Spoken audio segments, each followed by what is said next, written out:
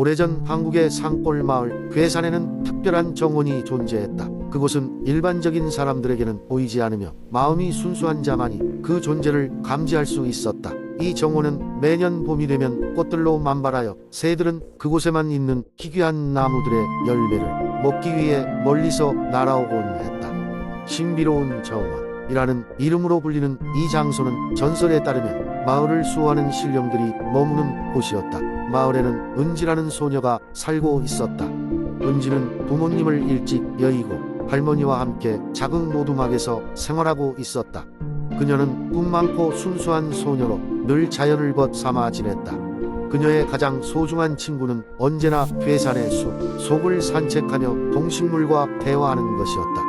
은지에게는 특별한 능력이 있었는데 그것은 바로 동물의 언어를 이해할 수 있는 능력이었다. 어느 날 은지는 숲속에 깊이 들어가다 작은 길고양이를 발견했다. 고양이는 다리에 상처를 입은 채 은지를 바라보고 있었다. 은지는 고양이를 조심스럽게 안아 올리고 집으로 데려가 치료를 해주었다. 그렇게 고양이와 은지는 친구가 되었고 은지는 고양이를 미르라고 불렀다.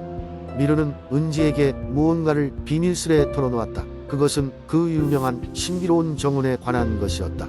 고양이는 은지에게 이렇게 말했다. 은지야, 너라면 그 정원의 문을 열 수 있을 거야. 그곳엔 너처럼 순수한 영혼을 가진 이들만 들어갈 수 있지.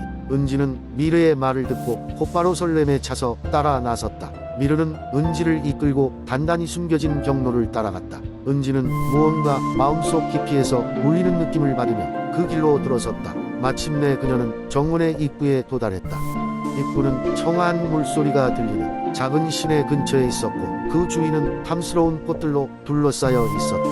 은지의 가슴은 두근거리며 그녀는 한 발 한 발 정원으로 들어섰다. 그 순간 그녀는 놀라운 광경을 목격했다. 반짝이는 나무들과 그 위를 날아다니는 형형색색의 나비들, 그리고 신비로운 빛으로 가득한 연못이 있었다. 정원의 한가운데는 고운 빛을 내는 노란 꽃이 자라나 있었고 그 옆에는 아름다운 여인이 은지를 기다리고 있었다. 여인은 은지에게 미소를 지으며 말했다. 나는 이 정원의 수호자야. 은지, 내가 도착할 줄 알았단다. 그녀의 목소리는 마치 바람처럼 부드러웠다. 여인은 은지에게 이 정원을 지키며 가져야 할 책임과 힘을 설명했다. 은지는 여인의 이야기와 정원에 깃든 신비로움에 깊이 감명을 받았다. 그녀는 신비의 정원을 보호하기로 결심했고 그 후로 미르와 함께 정원의 수호자로서 마을과 자연을 위해 다양한 일들을 해나갔다. 그녀는 사람들에게도 자연의 아름다움과 소중함을 일깨워주며 모두와 함께 행복한 시간을 보냈다. 괴산의 신비로운 정원은 그 뒤로도 오랫동안 전설로 전해 내려왔으며 은지와 그 친구 미르의 이야기는 마을 사람들에게 따뜻한 희망과 용기의 상징이 되었다. 두 번째 이야기. 옛날 옛적 한국 충청북도 음성 지역에 깊고 푸른 산과 맑은 시냇물이 흐르는 작은 마을이 있었습니다. 이 마을은 아름다운 자연 경관과 더불어 한 가지 신비로운 전설로 유명했습니다. 그것은 바로 음성의 도깨비에 관한 이야기였습니다. 전설에 따르면 음성의 깊은 산속에는 도깨비가 살고 있었습니다. 이 도깨비는 다른 지역의 도깨비들과는 조금 달랐습니다. 사람들을 놀리거나 위협하는 대신 인간과 친근한 교류를 원했다고 합니다. 그래서 이 도깨비는 밤이면 마을에 내려와 사람의 모습을 하고 이웃들과 어울렸다고 전해집니다. 어느 날 밤 마을에서 큰 축제가 열렸습니다.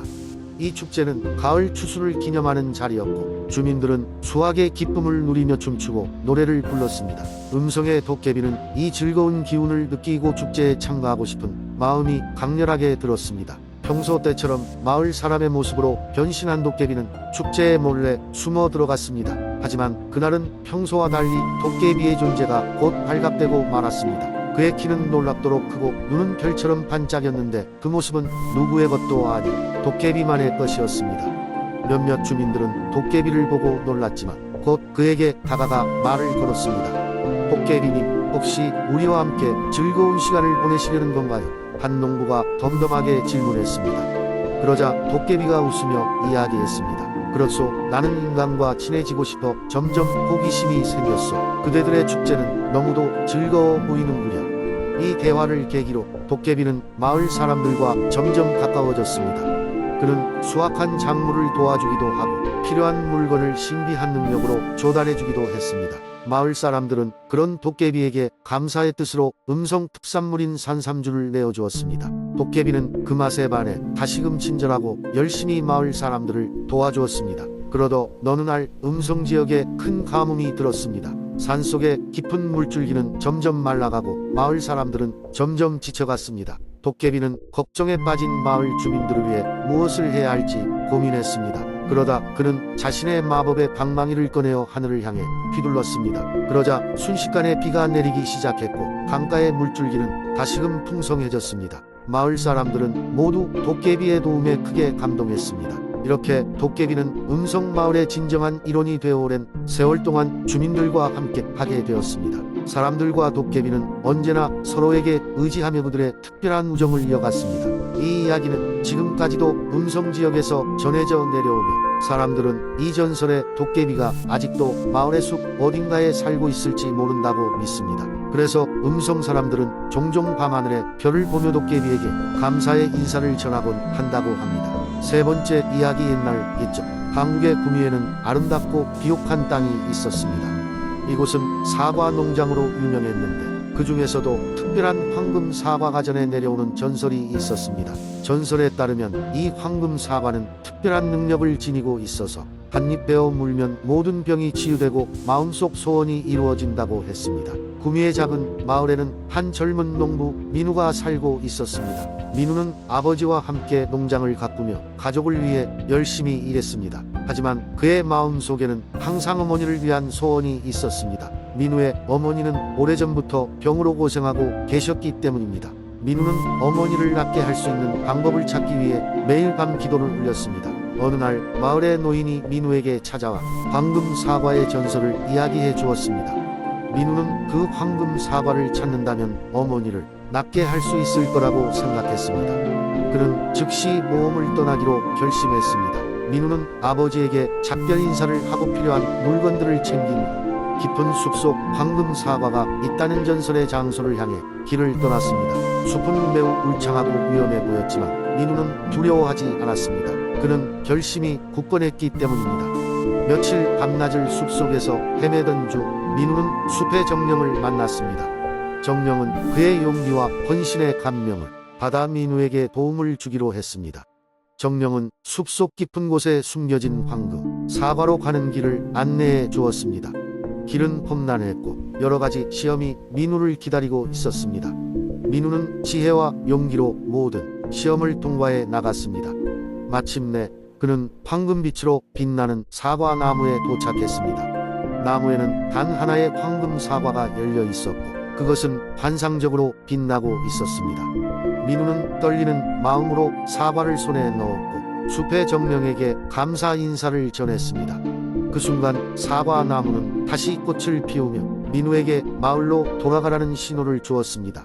황금 사과를 바쳐 뜬 민우는 다시 긴 여정을 걸쳐 마을로 돌아왔습니다. 그의 귀한 소식은 마을에 빠르게 퍼졌고 모든 이들이 그의 이야기에 경탄을 금치 못했습니다. 민우는 기쁨과 기대 속에 황금 사과를 어머니께 드렸습니다. 어머니는 사과를 한 입 베시더니 갑자기 눈부신 빛과 함께 건강을 되찾으셨습니다. 병이 씻은 듯이 나았고 오랫동안 침대에 누워있던 일이 마치 꿈만 같았습니다. 마을 사람들은 이 기적과도 같은 소식에 더욱더 열심히 일하며 서로를 위해 살아갔고 민우의 가족은 행복하고 건강한 나날을 보내게 되었습니다. 그리고 구미의 전설로만 전해졌던 황금사과 이야기는 민우의 귀환 덕분에 새로운 장을 맞이하게 되었습니다. 이후로도 사과 농장은 번창했고 구미는 더욱 많은 사람들에게 사랑받는 마을이 되었습니다. 이 전설은 오늘날까지도 구미의 신비로운 황금사과로 전해져 내려오며 기적과 희망의 상징으로 남아 있습니다. 네 번째 이야기 옛날 옛적 한국의 아름다운 해안 지역 태안에는 푸른 바다와 끝없이 펼쳐진 모래사장이 있었다. 이 마을 사람들은 주로 어업으로 생계를 이어가며 평화롭고 조용한 삶을 살고 있었다. 하지만 태안에는 바닷가에서 흔히 볼 수 없는 특별한 존재가 있었으니 바로 바닷가에 사는 작은 소라게였던 하여이다. 하여는 평범한 소라게가 아니었다. 그는 바닷가 근처의 작은 동굴에서 자라났는데 그 동굴은 오래전부터 전해 내려오는 전설과 관련이 있었다. 전설에 의하면 이 동굴 깊숙한 곳에는 마법의 진주가 숨겨져 있다고 했다. 이 진주는 바다의 모든 생명에게 평화와 번영을 가져다 준다고 전해졌지만 아무도 그 진주를 발견한 사람은 없었다. 어느 날 하연은 바닷가를 산책하던 중 실수로 동굴 깊숙한 곳까지 가게 되었다. 그곳에서 예상치 못한 일이 벌어졌는데 바로 발밑에 작은 구멍이 나타난 것이다. 호기심 많은 하연은 그 구멍 속으로 들어가 보았다. 그곳에서 온갖 빛깔로 빛나는 마법의 진주가 하연의 눈앞에 나타났다. 하연은 신기하고도 두려운 마음에 진주를 어루만졌다. 그러자 마법의 진주는 환하게 빛나면서 하연에게 말을 걸기 시작했다. 용감한 소라게여, 난 이 바다의 신비를 간직한 마법의 진주란다. 내가 무엇을 진정으로 원하는지 말해주면 내가 바닷가의 평화를 위해 너의 소원을 이루어 주겠노라.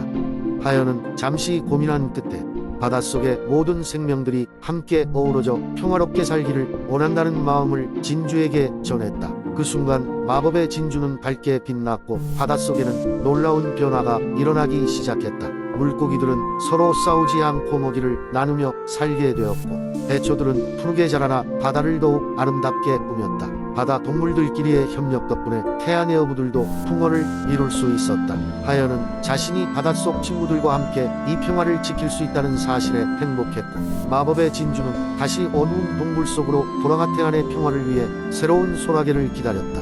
이후로도 태안의 사람들과 동물들은 서로의 삶을 구하고 돕는 친구가 되었고 그 마을은 오랫동안 평화롭고 번영을 누리게 되었다. 그리고 마을 사람들은 바다와 그 속에 사는 모든 생명의 소중함을 깨닫게 되었다고 한다.